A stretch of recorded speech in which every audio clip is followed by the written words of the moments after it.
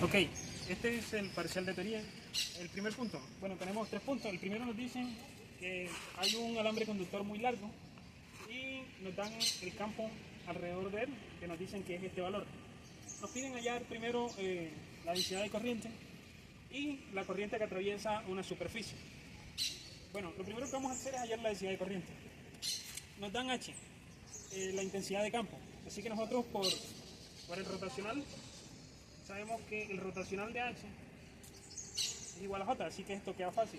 La cuestión es que está en coordenadas cilíndricas. Así que debemos saber cómo es el rotacional en coordenadas cilíndricas. Así que vamos a hallar el rotacional de H para hallar J. Nosotros en coordenadas cilíndricas sabemos que el rotacional de un vector cualquiera se define mediante esta expresión. La coordenada sub ρ se define como 1 sobre ρ por la derivada parcial de la componente A sub z del vector sobre la derivada parcial con respecto a su phi. A esto le restamos la derivada parcial con respecto a z de la componente A sub phi del vector. Todo este término queda en A sub ρ. El siguiente término, el que queda en A sub phi, es simplemente la derivada parcial con respecto a sub z de la componente A sub ρ del vector.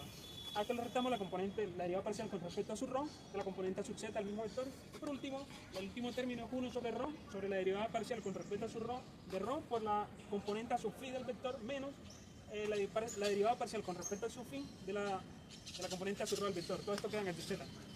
Como vemos, nuestro vector solo tiene componente A sub phi. Así que vamos a buscar un término porque la mayoría se van a hacer cero. Así que este tiene a sub phi, pero la derivada parcial con respecto a sub z. Y a sub z no tiene ningún término en este vector. Así que esto se va a hacer cero. Este término aquí es la derivada parcial con respecto a sub phi. No tenemos ningún phi, así que esto también se va a hacer cero. La derivada parcial con respecto a sub z a cero. A sub ρ. Tenemos a sub ρ, pero la derivada parcial es con respecto a la componente a sub z. Y no tenemos componente a sub z, así que esto se hace cero. Por último tenemos esto. Esta es la derivada parcial de la componente A sub phi con respecto a sub ρ, así que sí lo podemos usar. Y esta es la derivada parcial con respecto a sub phi de la componente A sub ρ, pero no tenemos una componente a sub ρ, así que es de cero. Finalmente nos queda solo este término aquí, así que este es el que vamos a usar. Vamos a borrar todo esto. Vamos a llevar el rotacional de la componente A sub phi, que en este caso nos daría 1 sobre ρ por la derivada parcial con respecto a la componente con respecto a sub ρ de A sub ρ por la componente A sub phi, que en este caso sería 10 a la 3, ρ a la 3 y ya. Entonces vamos a hacer eso. Lo primero que vamos a hacer es hacer este producto aquí, ρ por ρ a la 3, y después a eso le hacemos la derivada parcial. Esto da ρ a la 4.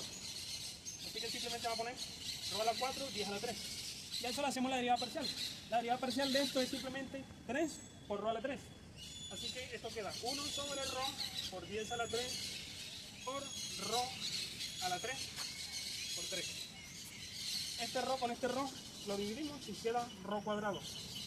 Entonces J tendría que ser simplemente 3 por 10 a la 3 por ρ cuadrado. Esto es amper, metro sobre metro. Y eso es J. Nos piden hallar la corriente que atraviesa esta superficie. Así que ahora vamos a hallar esta corriente. Para hallar esta superficie primero necesitamos saber o tener una noción del espacio que ocupa esa superficie. Entonces tenemos ρ de 0 a 2. Entonces vamos a graficar esto acá. Ρ iría, vamos a suponer esta distancia es ρ igual a 2. Tenemos phi de 0 a 2, un círculo. Así que hacemos un círculo alrededor, un círculo de radio 2. Y por último nos dicen que la altura de ese círculo, de esa superficie, es z igual a 2. Así que lo vamos a ubicar. Vamos a suponer que este es el origen y esto aquí es z igual a 2. Así que tenemos ese círculo. Lo que nos piden es saber cuál es la corriente que atraviesa esa superficie. Bueno, nosotros tenemos J. Y sabemos que la corriente encerrada es igual a la integral de superficie de J.ds. Ya tenemos J. Así que solo necesitamos la superficie. La superficie que atraviesa va en dirección a su z. Porque la corriente va hacia arriba. Así que necesitamos una componente, un ds, que tenga una dirección a su z.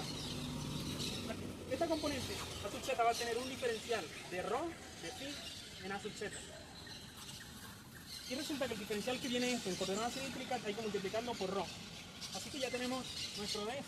Así que simplemente vamos a integrar, a aplicar esto a la ecuación. Entonces tenemos que la corriente encerrada, o la corriente sencillamente, es simplemente la integral de superficie de J. Pero J, ¿cuánto nos dio? Nos dio 3, 10 a la 3 por ρ cuadrado. Y por el ds, esto daría ρ de phi en A sub z. Y listo, ahora los límites de integración. Bueno, como vamos a integrar en ρ y con respecto a phi, sería simplemente de 0 a 2 phi, que es donde se mueve el phi, y de 0 a 2, que es donde se mueve el ρ. Y aquí sencillamente integramos. Este producto da ρ a la 3. Esto es una constante, podemos salirlo. Entonces esto daría 3 por 10 a la 3, sería 3000. La integral de 0 a 2pi simplemente de phi es simplemente 2pi sobre 0, menos 0. Entonces sería esto por 2pi. Y solo nos falta la integral de 0 a 2 de ρ al cubo. La integral de 0 a 2 de ρ al cubo es simplemente ρ a la 4 sobre 4.